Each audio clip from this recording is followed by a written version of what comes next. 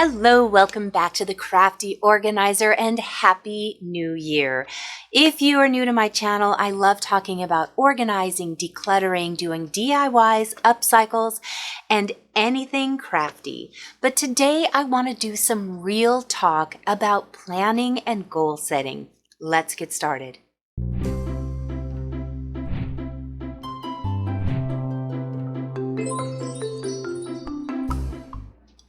Something I've realized in getting to do YouTube for going on 5 years is that I've had some patterns in my life which I have never noticed until I got to start recording my life and realizing, there's certain things that I am doing on repeat that I need to allot and make changes around. So I'll be talking about some of those life things at the end of the video if you're interested in some of the more personal things that happen with me.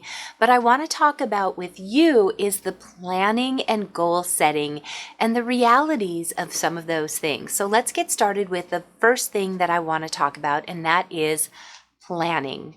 Every year, I start out the new year by getting a planner book, and I go through month by month, and I go ahead at the beginning of each month, and I decorate my planner, and I mark out the things that I want to do. And for some reason, doing this at the beginning of every month really just hones in what's important to me, and it allows me to just kind of know what's coming up. If I don't know what's coming up, I personally start to feel a little bit of anxiety because I don't know what's coming, and I don't know. It just works for me to know what I need to allot time for, and that way as things pop up, I know where to try and fit it in.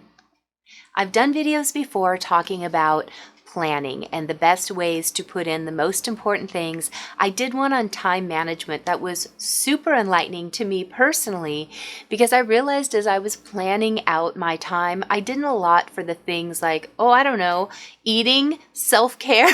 So I have just found that it's really helpful, and there are a ton of really good tutorials out there that really gets into the nitty-gritty if you want to do any type of planners that really break down your time. So again, planning is super important to me, and I think it's really helpful when I'm working with clients because again, it just helps put into focus those most important things.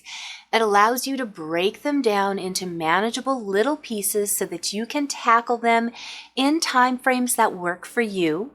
But it also helps you to plan for things like, where are you going to be getting rid of things if you're purging, for example? How are you going to donate? Do you have places to store the things that you want to keep, or do you need to purchase? So that's where planning really helps out. Some of the things that I'm going to be working on at the beginning of this year are purging and minimizing. Some of the areas I'm going to be focusing on are my linen closet, my backyard, my clothing, because I have been working on getting healthier and losing weight. So far, I'm about to hit the 30-pound mark, which I'm so proud of myself for because instead of just the scale, I've really focused on how am I feeling? Am I getting more energy? And those have been my top goals as opposed to what the scale is saying. So as a result, I will be getting rid of some clothes and hopefully adding in some that fit me better. Another area are my craft supplies.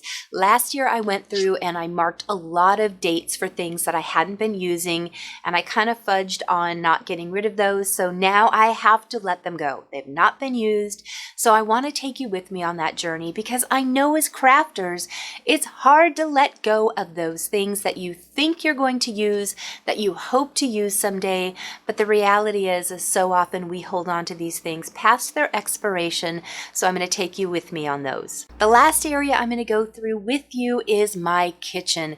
There are multiple areas in my kitchen that I just need to let go of things so that it works better for me and our family as we go into the next chapters of children going off to college and me getting ready for that RV. The next thing I want to talk about with goal setting and planning is keep your goals in check. I spent a good amount of time this holiday season just watching space planning and organizing videos from other people. And I found what I was doing is looking at the videos going, oh, sure, if I had a space that big, of course I would be organized. I'm calling it space envy, and it doesn't matter what size. We all have to be subjective with what our space is. I'm looking at spaces going, well, yeah, if I had 1,200 square feet, of course I wouldn't be cluttered. But people are looking at my 800 square foot place going, yeah, if I had 800 square feet, I wouldn't be organized. And the people in the 1,200 or, 2,000 square feet are looking at the people with the 3,000 square feet going, well, yeah, if I had that much space. The point is that old adage of the grass is always greener is super true. The thing I want to focus on this year for me personally is instead of looking at other people and thinking, oh, if only I had that, I want to start taking care of my own grass, my own area that I can control. I can totally revamp my space. I can totally change things out. I can donate the things that maybe aren't making me as happy and either save up for or upcycle something that fits my needs and desires better. I'm also going to keep focus on things that are attainable and keep those time frames realistic so that as I'm setting my goals, I'm going to be achieving success through each one, and I'm going to bring you on those journeys with me. This one is probably the most important and the one that I hope you take away from this video when you're doing your New Year's planning and goals, and that is when you can work on your goals, do. But when you can't, don't. I think we push ourselves so much, especially at the beginning of the year, and we don't make the goal right away, so then we feel like we've completely failed, we feel deflated, and oftentimes that just puts us in a spiral of things and putting us in a place that's not good. This year when I went to put away my holiday decorations, it took me almost a week. And that was okay. Instead of pushing myself super hard to get it all done in one day like I normally do, and then overextending myself and knocking myself out for a couple of days, I took the advice that I'm always giving you, which is set a small goal. And if it was only 15 minutes in one day, that's all I did. I left it out on the counter, I left it out on the table, and I took breaks. And if I could try again later for 15 or 20 minutes, I did. Yay! But if I couldn't, I set it for the next day. It took me 6 days to get everything completely put away. There was nothing wrong with that. I didn't have a deadline pushing me that I had people coming over. I didn't have a deadline pushing me that for some reason I had to get it put away. So I just kept going as I could, and eventually it all got put away. I got this from a viewer last year and I really loved it and was promoting it a lot on my Facebook page, but that was do one small thing. And believe it or not, keeping this mindset really does add up to get the entire project done before you know it. It was amazing. Once I finally pushed on that last day, I set a goal for 30 minutes and I got done in 20. But by doing all of those small sessions in the previous days leading up to it, the only thing I had left to do was climb up into the little loft area of my garage and put my boxes away. So when you can work towards your goal, take a little bit of time every day when you can, but if you can't, don't beat yourself up, which leads perfectly into my next real talk tip. It's okay to fail. Whoever says that? We don't hear often enough that it is okay to try and not succeed. Think about some of the best things that we have in the world. Penicillin was an accidental find. It was never intended to be the goal to discover penicillin. They had a different mindset, and when they discovered penicillin, it was actually a disappointment until they realized the amazing properties that it would have. Teflon was another discovery. Totally not the end goal, but they went to scrap it and then they realized, wait a minute, this has a great benefit. Post-it notes are another one. It was considered a fail and scrapped for years before 3M discovered, wait a minute, remember that failed project we had? And it has turned into a $1 million industry. So don't take those fails as a dejected thing that, oh no, I didn't get to do what I wanted. Take it as a moment to look. Are you planning the right goals? Are you setting up the right steps? Are you really breaking this down efficiently enough? And sometimes, you guys, Is the goal for you or someone else? Because that is a huge difference in why you're doing something. If you are trying to just set up your own space, but you're actually looking at what other people need and trying to factor it in, maybe that's one of the reasons that you're not progressing as you wanted. So as you're planning your projects, make sure you are doing it for reasons that resonate with you, because that's going to give you the most motivation. Make sure you're trying to think through all of the steps that you'll need to take to get that project done. Plan, edit, revamp, and repeat as needed. And when you are unable to do it, that's okay. Getting through to a project means all of those little pieces through time will end up meeting that goal at the end. So don't be afraid to fail. Don't be afraid to not meet that goal, but be prepared and ready to plan, edit, adjust, and repeat as needed. The last real talk point that I want to make for planning and setting your goals is be ready to restart. As I just mentioned, if you've hit a stumbling block where you feel like you didn't get to meet that goal, or you're having more things thrown in, just be ready when you can to restart. If you've broken these down into small goals, it'll be easy to go back in when you're ready and feeling up to it to pick up right where you left off. And that's the great thing about that small step that gets you in the right direction, is when you are ready, it's easy to pick right back up where you left off and eventually get that goal. Doing this over the course of the last year has helped me so much. It's amazing when I have those 10 or 15 extra minutes. Just wipe the baseboards in one room, or just wipe off the mirror in one room, or just dusting one furniture piece in one space adds up, so that when I do have the motivation to go ahead and clean a room, it's not as overwhelming, because I've been doing those one small thing steps, so that it's not a giant room that I have to clean. It's only part of a room, because I've been doing those little bits to get me to that goal of a clean house, which I don't think I'll ever have a completely clean house, but I'll have a partially clean house, and that makes me feel better in the end. So you've made it to the end, so now I can go ahead and talk about some of my self-discovery stuff. I learned last year that I have a habit of kind of repeating some mental health up and downs, and I have shared them all with you. I'm very open about that, because I think the more we talk about it, the more strength we get from one another, and we realize that there shouldn't be so much stigma to it. So I'm happy to talk about those things. But a couple viewers last year said, hey, had you ever really thought about perhaps you have seasonal struggles? And I didn't know much about that, so I have dove deeply into that so that I could make sure I am looking for the things that trigger me year to year. I'm not overextending myself, that I have my tools ready so that as I start to notice that I'm waning a little bit, I can use my tools and keep myself above water. One of the things that I realized I had to pull back on was my overcommitment tendencies. I am notorious for that. As soon as I have a little bit of extra time, or I notice I'm feeling good, I usually love to offer to help as many people as I can. I had to make sure I didn't do that this season, and it really helped me.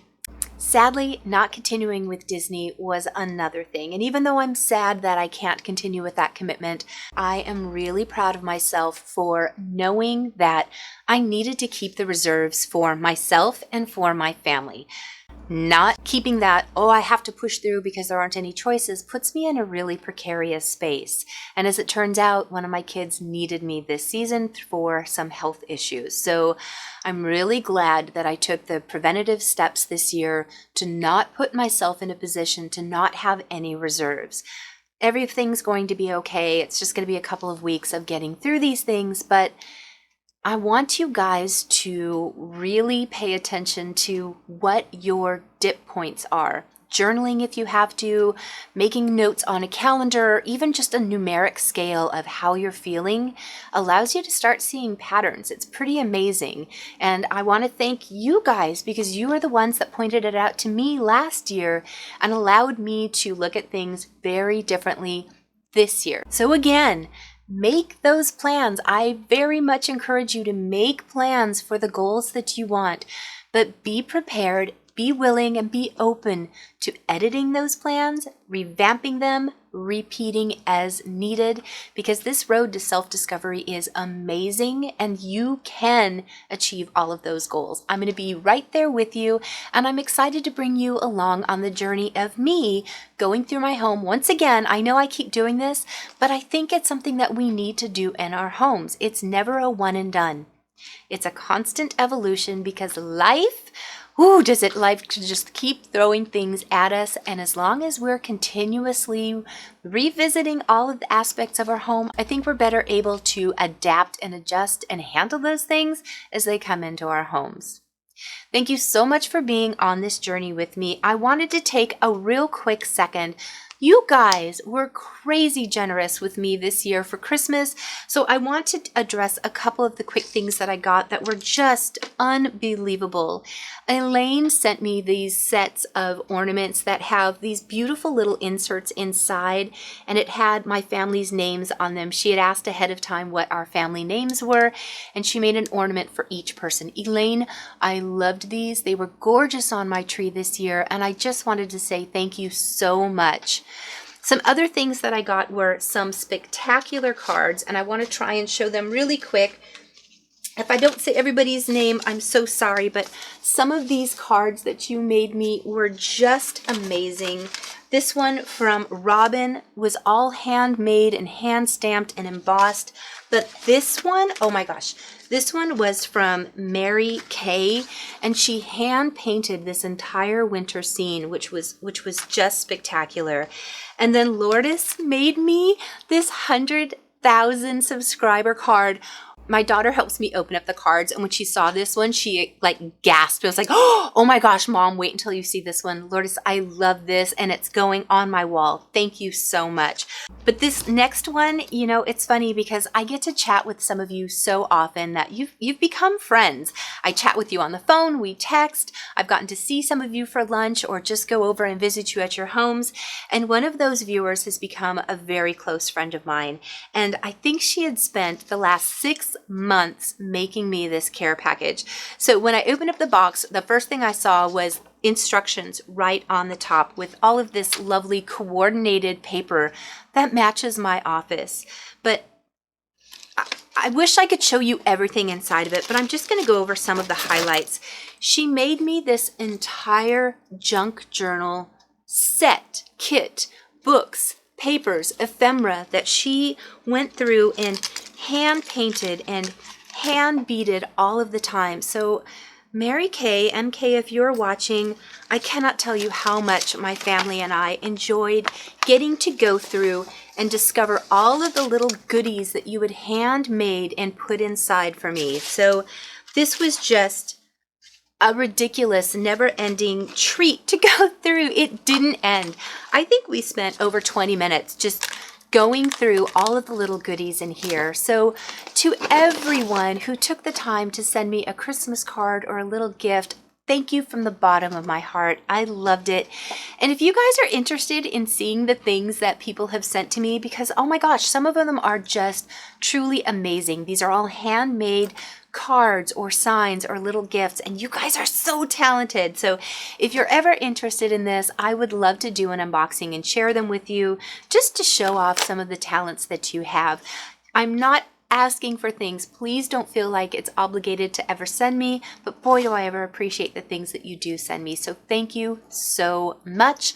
Thank you to my patrons who make these videos possible. Their financial support is just everything and really allows me to take the time to do these videos. So thank you, patrons. Thank you for watching, and I will see you guys in just a few days as we start to purge and minimize the things in my home. I'll talk to you soon. Bye.